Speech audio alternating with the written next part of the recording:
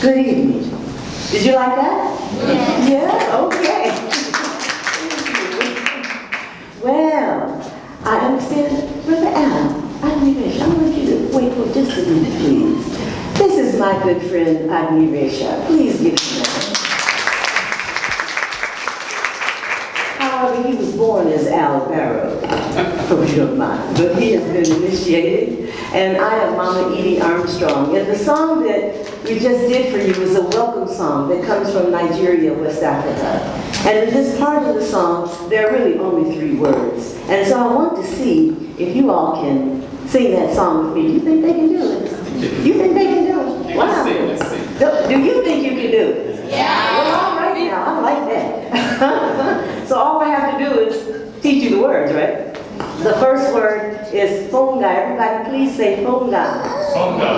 And funga is a word that comes from a derivation of several West African dialects near Nigeria. And it has come to mean for us, I welcome you into my heart. Don't you think that's a more special way of greeting someone than to say, hi? I mean, what is that? Hi? But if you tell someone that they have a special place in your heart, that's very special, isn't it? The second word is alafia. Please say alafia. Alafia. Alafia is from the Yoruba language of the Yoruba people of Nigeria, West Africa. And it basically means, may the peace of God be with you. Also very sweet. And the third word is ashe. Please say ashe. Ashe. Ashe.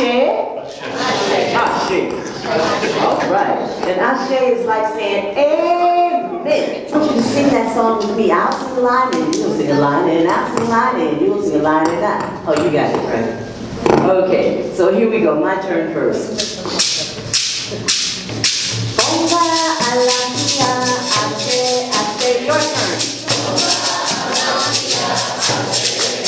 All right. Bonga, alafia, ashe, ashe. You can clap. Bonga, alafia, bonga, alafia, ashe, ashe.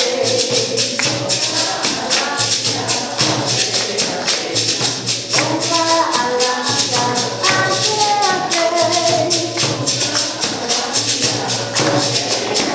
I think I have a choir here. Now that music is tapping, tapping, tapping, tapping, tapping. The sound of the radio.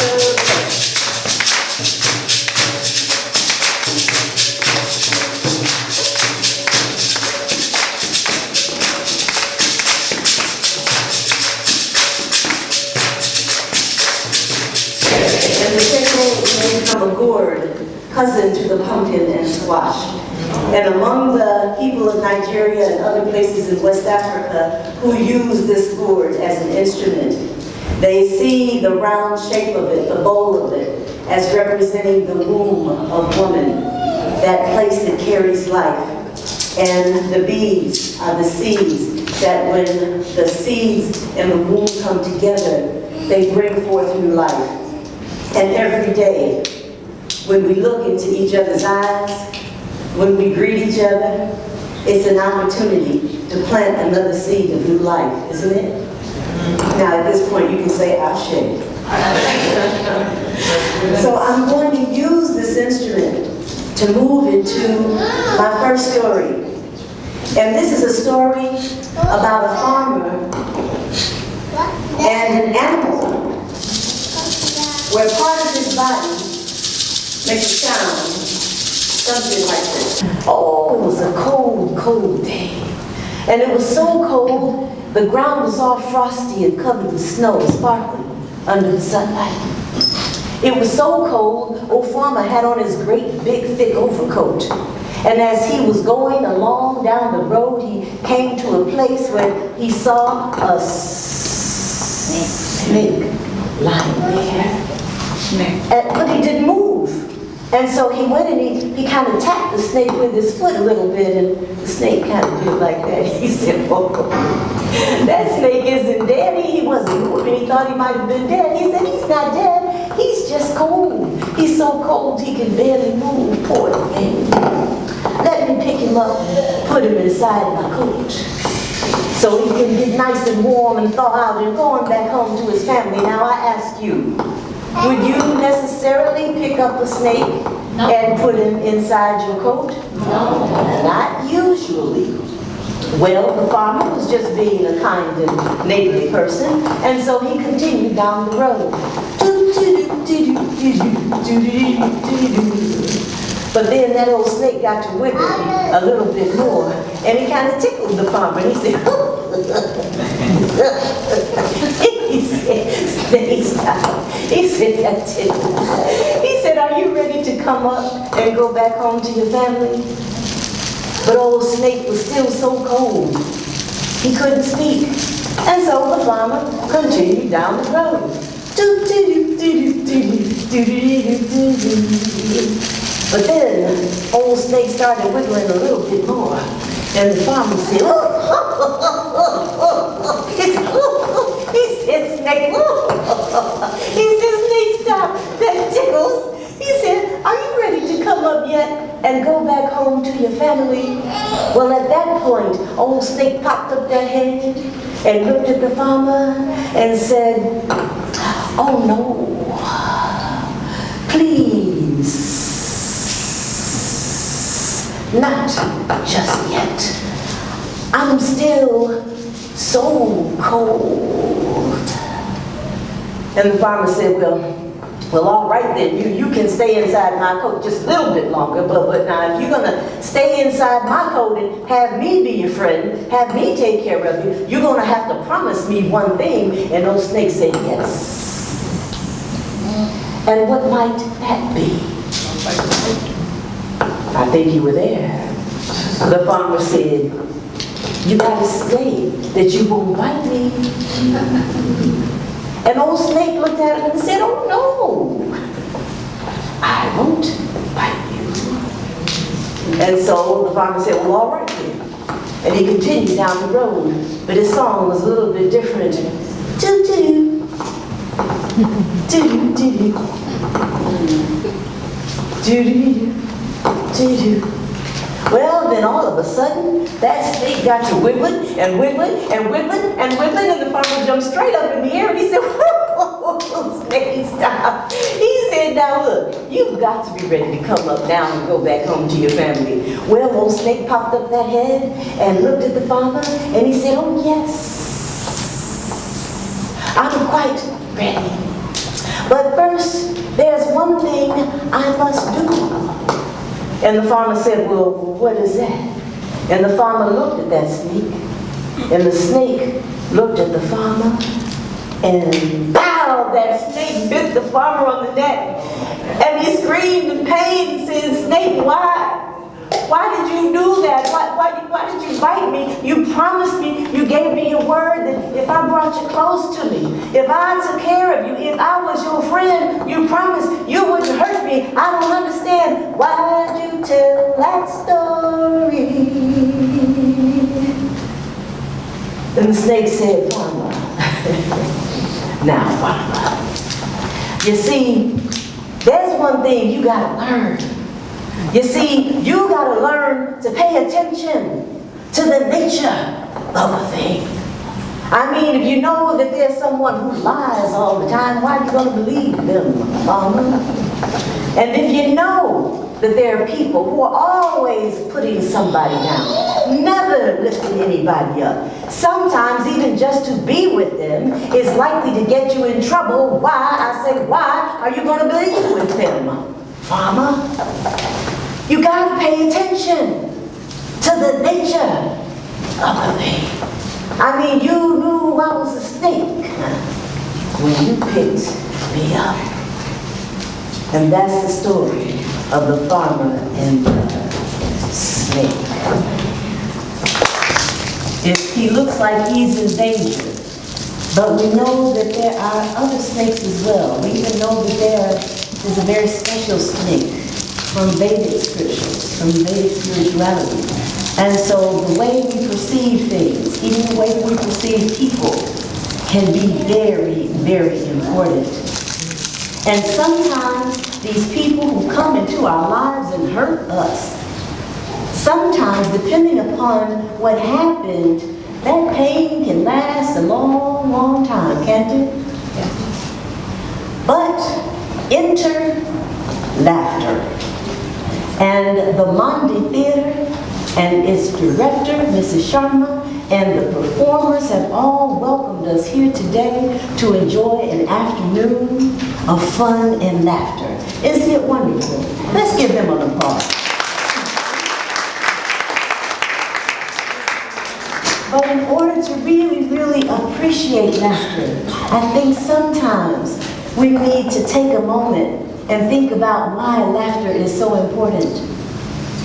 Many, many people have had histories where they have needed laughter, they have needed humor in order to lift them up. There are many, many people around the world who have had very, very troubling histories, but those histories have been turned around a bit. The people have been able to survive because of their intelligence, because of their wit, and because of their ability to find a bit of humor, to find a bit of joy in any day, no matter how terrible the time might be. And so this show, this performance, this Mama Edie performance today is dedicated to all the people who have known terrible times and yet can get up in the morning and look at themselves in the mirror and say, but yet I survived and I'm still here. Now, are any of you out there? Give yourselves an applaud. And if any of you all can say, I'm Absolutely, absolutely. You know, during one of those terrible times in the lives of children of African descent, I am African American, as is my friend Agni Vesha, who has that name because he was initiated into Vedic spirituality. My friend and my fire starter. And there seems like there would have been a time when the difficulties would have stopped, but they keep going on and on and on. And things are different now. Yes, in many ways they're much better, but in many ways it still remains a challenge to be who we are in this land of the free, the home of the brave. And it takes all of us coming together to try to make a change, to make things better. But sometimes one of the things that keeps us apart is our different languages. And I'm sure that those of you who may not have been born in the United States, once you came here, if you didn't learn English elsewhere, it was probably very, very hard. And it makes life very, very hard until you figure out how to connect with people around you in order to have your needs met and to connect with friendships and relationships that can be supportive. And so my next story that I have for you is a very special story. It is actually a Cuban folk tale. And I first heard this story by a storytelling friend whose name is Antonio Sacre. Now, Antonio's father was from Cuba, or more correctly said, Cuba. You know, Americans do some pretty strange things to other people's languages, right? Anyway, so Antonio's father was from Cuba and his mom was from Ireland, so he calls himself a leprechaun. And I love this story so much. I said, Antonio, I got to tell that story. You mind if I tell that story? He said, Mama Edie, sure. He said, it's a Cuban folktale. It's out there in public domain. And so I modified his version, and I now have my own Mama Edie version, which I'm going to share with you now. But I'm going to do it in a blend of Spanish and English. And I want to see if you all can help me tell that story. Now, I asked you earlier if you all could help me sing that song that came from Africa, and you said you could. Do you think you can help me tell this story in a blend of Spanish and English? Yes. Okay, not quite as sure this time. In so many different places all over the world, in areas that we now refer to as parts of the African diaspora. And many of these Spanish-speaking cousins of mine now live in places like Puerto Rico. They live in Mexico, especially in places like close to Veracruz and Puerto Vallarta. They live in Cuba. They live in Haiti. They live in Brazil. They live in Spain. They live everywhere. And many of them live in India as well and have been there for hundreds of years. So I claim everybody as my cousin. So all of you all are my cousins. And I hope you don't mind. And laughter has always been important to all of our cultures, hasn't it? And many of us have had hard times, but as long as we can laugh, as long as we can hold on to a bit of hope, we'll be okay. Well now, part of our migrations, yes, they have been geographical, moving from one country to another, but our migrations, our movement patterns have not only been geographical, they've been spiritual as well. For example, I was raised Roman Catholic, but then in time, I began to study Islam, and then I studied Buddhism, and then Baha'i, and then Vedic spirituality, and then West African traditional spirituality, and I found something wonderful in each one. And so in honor of part of my spiritual journey, I'd like to reflect on that part of the journey that Brother Agnivesh and I shared together.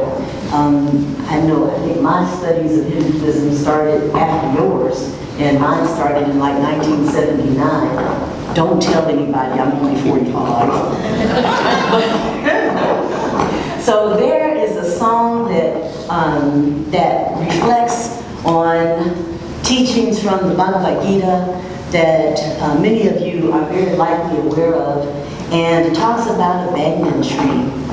This banyan tree that has roots that grow up to the sky and branches that go down to the ground.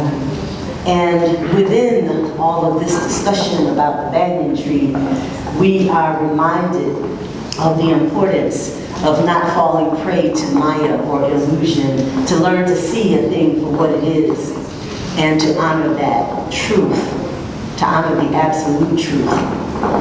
And so I'd like to share this song with you, and I heard this song many years ago. Someone sent it to me on a little cassette, which I can no longer find, and I wish that I knew the name of the person who developed the music for this segment that comes from the Bhagavad Gita.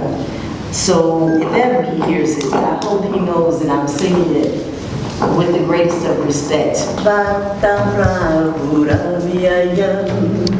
Shantam siyasya parnani yaskam veda saveda vide urva bhula akashaka ashvastam praguraviyayam Shantam siyasya parnani yaskam veda saveda vide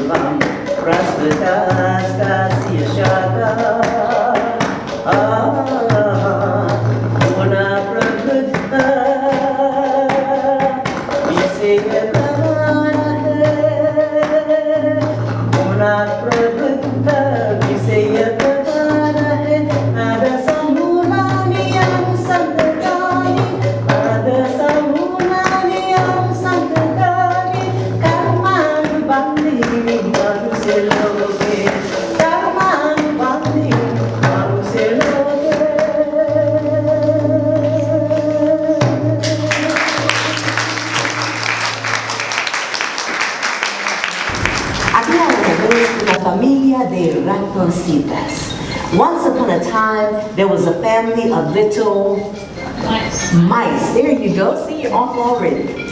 There was Mama Raton. And who was Mama? The mother, of course. There was Papa Raton, the father. There was Hermano. ¿Quién es hermano? Brother. And there was Hermana. Claro que sí. Well, one day, Mommy got up and she looked up at the sky and she said, familia mía, mi familia, mira el cielo hermoso, look at that beautiful sky. She said, yo tengo una buena idea. I have a good idea. She said, vamos a comer en el parque. We're going to go and eat in the park. And the children were so excited. Everybody said, hooray. So you all say, hooray. Hooray. Oh, come on now. Hooray. Okay. And so Mommy started cooking. She cooked all kinds of wonderful things. She made some pollo frito. Anybody know what pollo frito is? Chicken, there you go, that fried chicken, that's right, you can't have no cookout without some fried chicken. And she made papas. What are papas? Potatoes. She had frutas.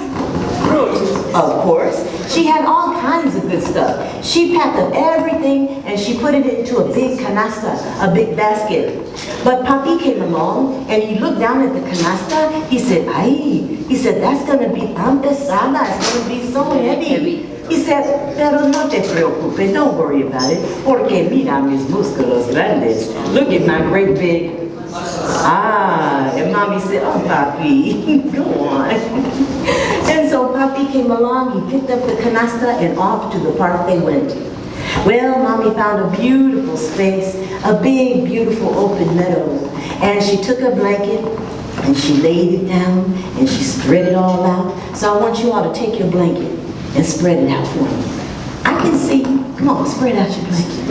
And then she was starting to pick up the food and put it on the blanket. So pick up your food.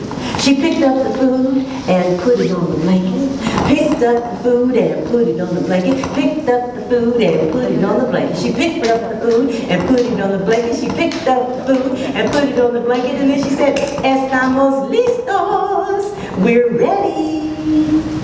But then the children said, ay, Mommy, we don't want to eat right now. Vamos a jugar. We want to go and play. And Mommy said, es una buena idea, porque Papi and I, we want to sit here and smooch it.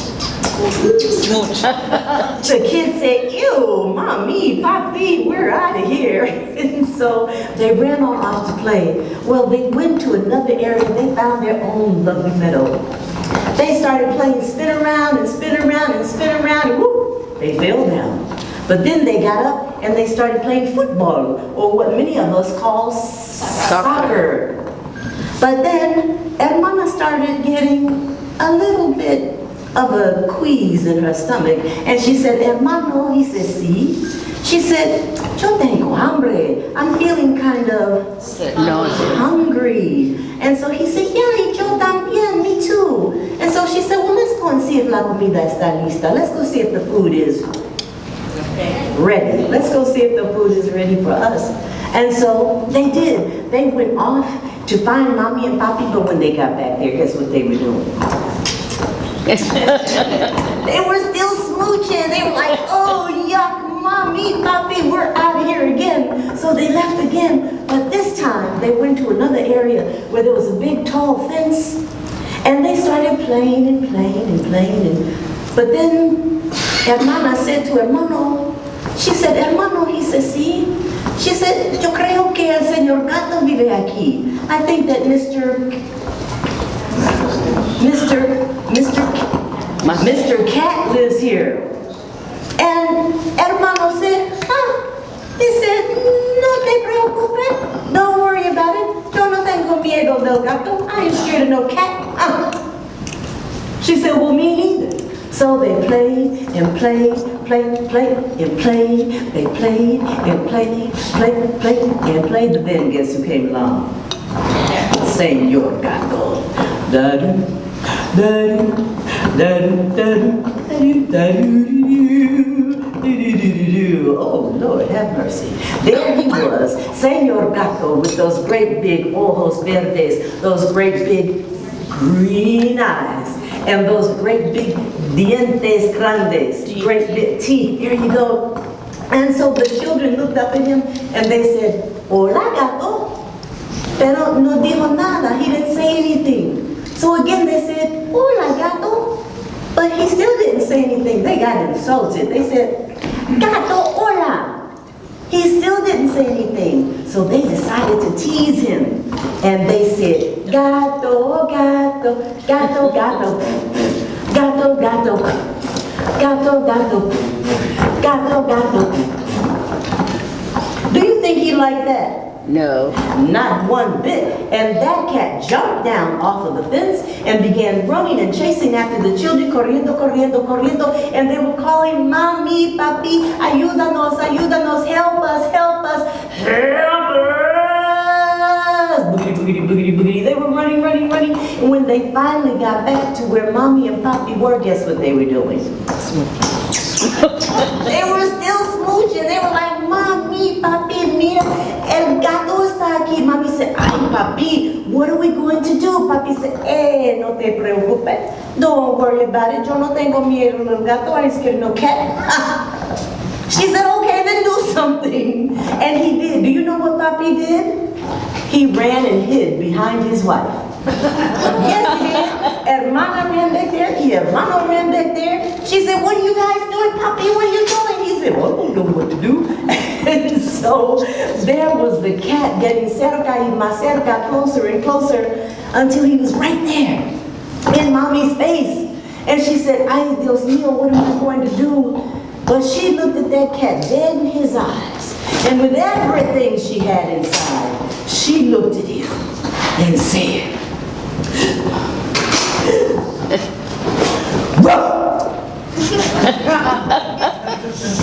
That cat looked at her. She said, I think it's working. So she tried it again. That cat jumped back. And she said, come on, guys, I think it's working. And so she said, bark with me, and you all bark with me too. So they started barking.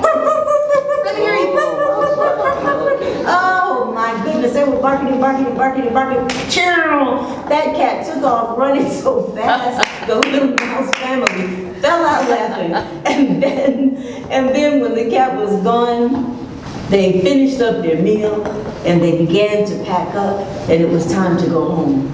And as they were walking down the road, Mommy said to the children, she said, "You see, children, it's like I always say, es muy importante para hablar otro idioma." It's very important to know how to speak another language. She had learned to speak dog. Anansi the spider was a story that was evolved or came through the people, the Ashanti people of Ghana, West Africa. And this is one of the countries in West Africa that had been called the Gold Coast. And it had been called the Gold Coast because of all the gold that the Europeans found there when they went and they conquered so many different areas. But even the people were like gold because the people were taken as part of the transatlantic slave trade. And so our lives end up weaving so many different webs, don't they? And so within the weavings and the webbings that the people perceived, they came up with this idea. They saw that spider and how he weaves his webs, and they drew life lessons from that spider. And so there are now many, many Anansi stories. And so this is another story that I want you to help me to tell, okay? Okay? Okay. All right. So this is the story of Anansi and how the moon came to be in the sky. Now, Anansi was a very special spider. He was so special, he could turn himself into a man and back into a spider again. He was something else. But sometimes, when we have a little bit of power, when we have a little bit of knowledge, it can get in our way, can't it? And sometimes we can get kind of greedy about things. But Anansi on this particular day had to go to another village to take care of a little business. And when he got there, he got to having such a good time with his friends when he was done with his business that he looked at his watch and, "Oh, you didn't know that a spider could wear a watch?" Well, it's my story. Anyway, he looked at his watch and he said, "Oh, you guys," he said, "I've got to go. It's getting so late. If I don't hurry up and get home, soon it's going to be getting so dark, I won't be able to find my way home." Because you know, this is the story of how the moon came to be in the sky. And so at this point, there was no moon girl. And so, as Anansi went walking and walking through the forest, through the tall grasses and trees, it got darker and darker and became so dark he could barely see his little hands in front of his face. And as he was walking along, going through the woods, he looked down on the ground and he saw lying there a great big white ball of light. And when he looked at it, he said, "Wow, what is that? How beautiful it is." So he went over to that ball of light. He said, "I'm taking this home." And he picked it up and he began to walk down the road. And as he was walking and walking, the light was so bright that at some point he didn't realize how close he was to the edge of the water, and he slipped inside the riverbank and fell inside the water, and a great big fish came along and swallowed up Anansi, and there he was inside the belly of this fish, still holding that white light. He looked around himself and he said, "My goodness, if anybody can get me out of this mess, I'd gladly give them this old ball of light." Meanwhile, back at home, Anansi's wife, whose name was Aso, was getting concerned. Now this is where I'm going to need your help. His wife's name was Aso. What is it? Aso. And they had 6 children. Yes, they were busy little spiders. And so there were 3 boys and 3 girls. The first girl's name was Sea Trouble. What was her name? Sea Trouble. The second girl's name was River Drinker. And the third girl's name was Cushion. She had big back stuff. And then of the boys, the first boy's name was Road Builder. The second boy's name was Game Skinner. He liked to hunt with a knife. And the third boy's name was Stone Thrower. So Anansi's wife, whose name was Aso, said, children, I'm afraid something terrible must have happened to your father because he's so late coming home, and you know he's always on time for dinner. And one of the daughters stepped forward and she said, Mama, I think I can see what was wrong. Daddy was coming through the woods and he fell inside the water. Oh, Mama, a fish came and swallowed him up. We got to do something quickly to save our father. Who was that daughter? Sea trouble, you got it. And so one of the sons stepped forward. He said, you know what we need is a path to get quickly down to the river's edge. I can take care of this one. Who was that son? Road builder, I think you were there. Road builder laid down some little bricks and off the little spider family went. When they got to the river's edge, everything was so pitch black, all they could do was hear the sound of the water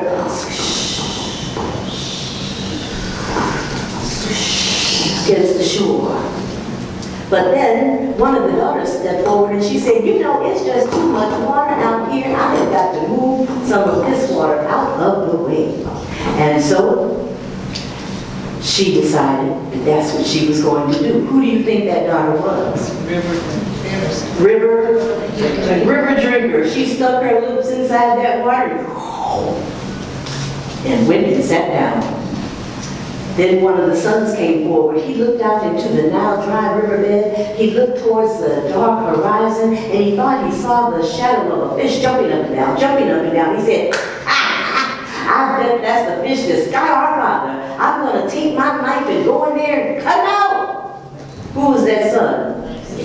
Game Skinner, that's right. Game Skinner went into that now dry riverbed. He got a hold of that fish and they tussled and they struggled. He took his knife and cut that fish open and out popped the Nancy, still holding that ball of light.